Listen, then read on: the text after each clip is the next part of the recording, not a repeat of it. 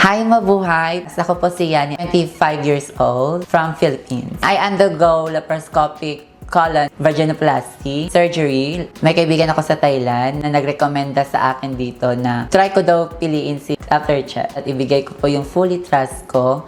And I search naman po sa bawat surgery ni Dr. Chet. Ay, masaya naman ako sa result. Ay, ilang taon ko din pong pinag-isipan.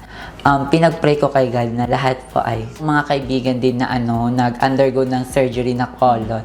Almost na sinasabi talaga ng mga doktor na colon is the best talaga. Malalim din siya. Kahit anong inches, kahit anong laki, mas mapapasok. Kasi maganda at saka mahusay paggawa. I'm so happy and na pinag-dream ko po sa buong buhay ko. Walang masakit po. All the nurse naman po is ginaguide naman ako, chine-check naman ako at pinapainom naman ako ng mga gamot. I'm so good and better naman po sa mga lahat ng nagawa ng mga nurses and I'm happy and thankful. Sa loob kasi first time, tas pagpasok niya, ayun, masakit. Pero pag kino-continue naman, okay, it will be better. 1 week, ako nang gawin to. Kaya ko nang gawin. Tinuturuan nila ako paano mag-dilate, ganun.